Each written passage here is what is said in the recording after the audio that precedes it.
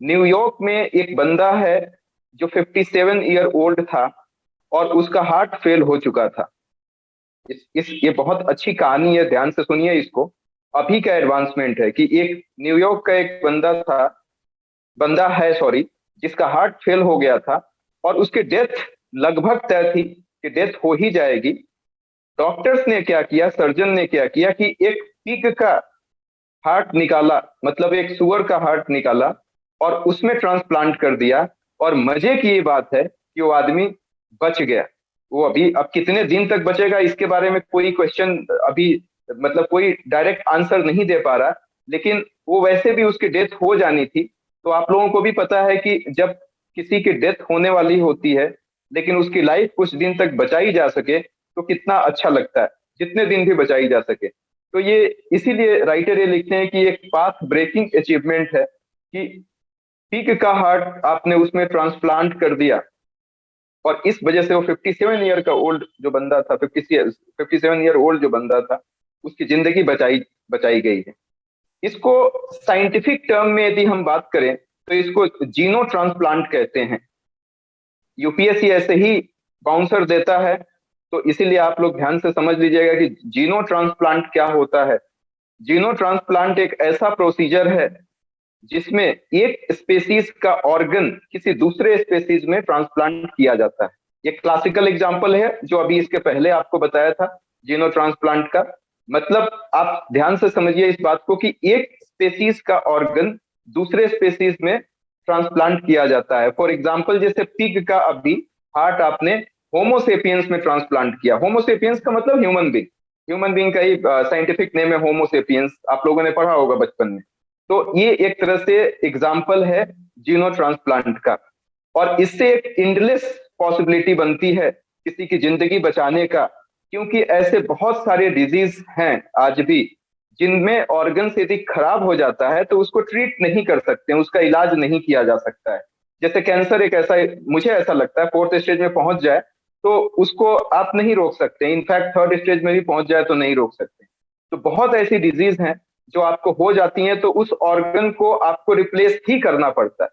और रिप्लेसमेंट यदि इमीडिएटली नहीं हो पाता है तो उस बंदे को डेथ के अलावा दूसरा कोई ऑल्टरनेटिव नहीं होता है। तो एक तरह से एक रिवोल्यूशन है कि यदि ऐसा हो पाता है कि हम एनिमल्स के ऑर्गन्स को ह्यूमन बींग में ट्रांसप्लांट कर दें और वो कामयाब हो जाए तो एक बहुत बड़ी पॉसिबिलिटी बन के आती है। इसके पीछे रीजन ये बताया जाता है कि जैसे लास्ट 100 ईयर्स में ट्रांसप्लांट ऑर्गन के ट्रांसप्लांट करने में हम काफी ज्यादा आगे गए हैं, लेकिन इसके साथ साथ बहुत सारे चैलेंजेस भी हैं। जैसे आपने देखा होगा कि जो ट्रांसप्लांट करने वाले लोग होते हैं उन लोगों की बहुत लंबी लाइन होती है। बहुत लोगों को, मतलब यूं समझिए कि ट्रांसप्लांट करने वालों की तादाद ज्यादा है, डोनर की संख्या कम है, मतलब नहीं मिलते हैं। इसके पीछे 3 चैलेंजेस की बात करते हैं राइटर ट्रांसप्लांट में। जैसे ह्यूमन बींग में किसी ऑर्गन का ट्रांसप्लांट किसी ह्यूमन बींग के द्वारा किया जाए तो उसमें 3 चैलेंजेस राइटर बताते हैं। पहला चैलेंज ये बोलते हैं कि ये सोशल चैलेंज की बात करते हैं। सोशल चैलेंज क्या होता है कि कोई भी ना बहुत इमीडिएटली अपना ऑर्गन डोनेट नहीं करता, ये बहुत जाहिर सी बात है, सिंपल सी बात। डेथ के बाद भी वो ऑर्गन डोनेट नहीं करता है। एक अजीब, मतलब एक स्टिग्मा बना हुआ है, एक स्टीरियोटाइप एटीट्यूड बना हुआ है कि हम ऑर्गन कैसे डोनेट करेंगे। तो सोशल चैलेंज यही है कि बहुत इजीली लोग अपने ऑर्गन्स को डोनेट नहीं करते हैं। दूसरी चीज इन्होंने बताया है साइंटिफिक चैलेंज। साइंटिफिक चैलेंज में क्या है कि जैसे मान लीजिए किसी का हार्ट का रिप्लेसमेंट करना है तो ये प्रोसेस बहुत इमीडिएटली होना चाहिए। यदि जरा सा भी डिले हो गया ना तो सर्जरी जो है वो सक्सेसफुल नहीं हो पाती है, पेशेंट की जान चली जाती है। तो ये एक साइंटिफिक चैलेंज है कि बहुत जल्दी होना चाहिए और बहुत जल्दी नहीं हो पाए तो मुश्किल हो सकता है, पेशेंट की डेथ हो जाएगी।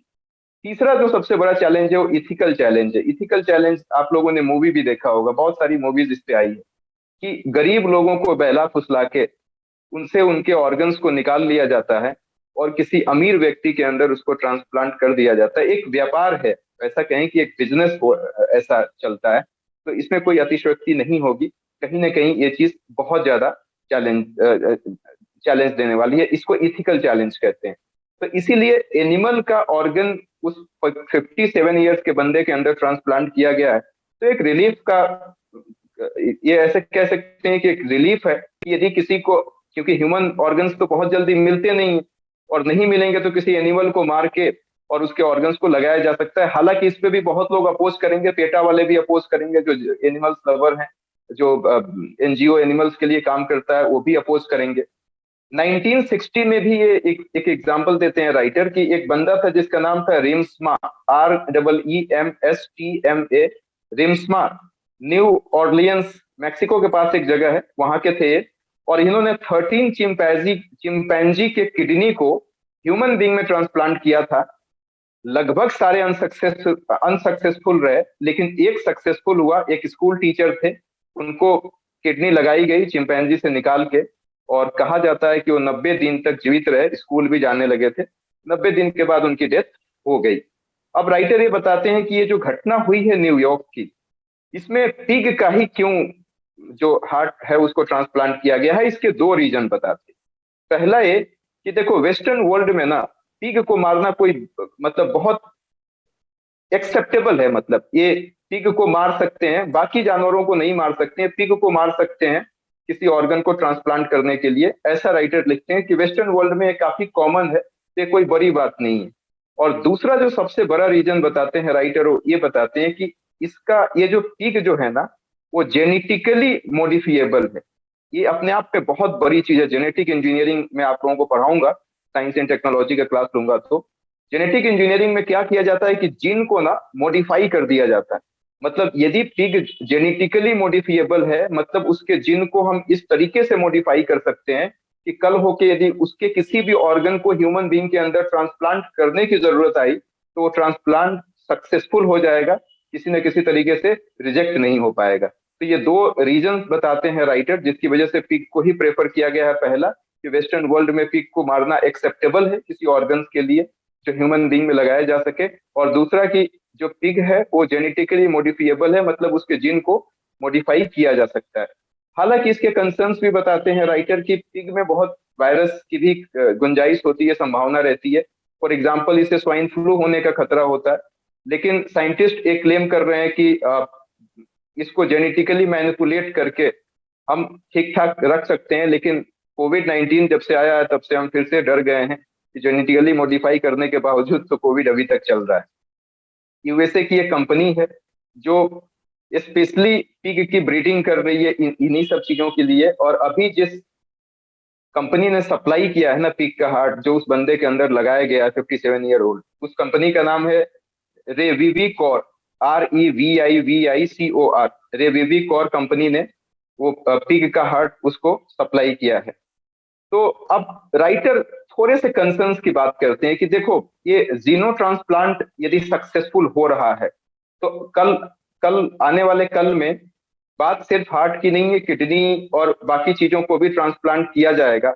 लेकिन इसके साइड इफेक्ट्स भी तो कुछ होंगे ना। नेचर के अगेंस्ट हम जा रहे हैं। और इसी पे इन्होंने एक वन हेल्थ की भी बात कही है। वन हेल्थ क्या होता है? वन हेल्थ आप लोगों को मैं बता दूं कि जितना केयर आपको ह्यूमन बीइंग का करना है, उतना ही प्लांट का करना है, उतना ही एनिमल का करना है, क्योंकि तीनों एक दूसरे पे डिपेंडेंट है। तो किसी एक को मार के किसी एक को जिंदा रखना, कहीं ना कहीं इससे चैलेंजेस आएंगे। कहीं ना कहीं it goes against the nature of law, मतलब नेचुरल लॉ के अगेंस्ट में जाता है। ये अननेचुरल प्रोसेस है। तो ये चीज करना कहाँ तक जायज है, इस पे बहुत बड़ा डिबेट हो सकता है। इन्होंने एक एग्जाम्पल दिया है, लोकल एग्जाम्पल। असम के बहुत सारे लोग हैं मुझे सुन पा रहे हैं। असम का जो कैपिटल है गुवाहाटी, वहां पे एक सर्जन पाए जाते थे। 1990 की घटना बता रहा हूँ। राइटर लिखते हैं हिंदू में, उनका नाम था बरुआ। मेरे हिसाब से कुछ नाम रहा होगा, बरुआ एक टाइटल होता है, आप लोगों को ही पता होगा, इनफैक्ट मेरे से ज्यादा पता होगा आप लोगों को। 1990 की बात कर रहा हूँ। उनका नाम था बरुआ, गुवाहाटी हॉस्पिटल में। इसने क्या किया था ना कि पिग का हार्ट और लंग्स एक 32 साल के बंदे के अंदर ट्रांसप्लांट कर दिया था। उस बंदे का नाम था Pernod Saikia, Pernod PURNO, Pernod Saikia SAIKIA, Pernod Saikia एस्मिस नाम है, आप लोगों को पता होगा। ये 32 ईयर्स का बंदा था। इसके अंदर पिग का हार्ट और लंग्स दोनों ट्रांसप्लांट कर दिया था 1990 में। इतना डिजास्टर हुआ, उस बंदे की डेथ तक हो गई शायद। और कहा जाता है कि उसके बाद इसकी डिग्री छीन ली गई थी। ये जो बरुआ जी जो हैं, इनकी डिग्री छीन ली गई थी। तो राइटर इस एग्जाम्पल को दे के यही बताना चाहते हैं कि कहीं ना कहीं ये नेचर के अगेंस्ट है कि किसी एक को मार के किसी एक को जिंदा कर रहे हैं आप। तो ऐसा नहीं होना चाहिए। लाइफ, ह्यूमन बीइंग की चाहत हमेशा रही है कि जिंदगी बढ़ाई जा सके, लाइफ को एक्सटेंड किया जा सके। लेकिन लाइफ को एक्सटेंड क्या नेचर के अगेंस्ट में जाके किया जाए? एनिमल को मार के आप ह्यूमन की लाइफ बढ़ाना चाहते हैं, एक बहुत बड़ा क्वेश्चन मार्क है। तो इन्होंने यही बोला है कि वन हेल्थ को ही हमको एक्सेप्ट करना चाहिए। वन हेल्थ मैं फिर से बता रहा हूँ कि इसमें एनिमल के हेल्थ को, ह्यूमन बीइंग के हेल्थ को और प्लांट के हेल्थ हेल्थ को, तीनों के हेल्थ को इंश्योर करने की जरूरत है। किसी एक के हेल्थ को हैम्पर करके किसी दूसरे के हेल्थ को हम नहीं ठीक कर सकते हैं। तीनों एक दूसरे पे डिपेंडेंट। आर्टिकल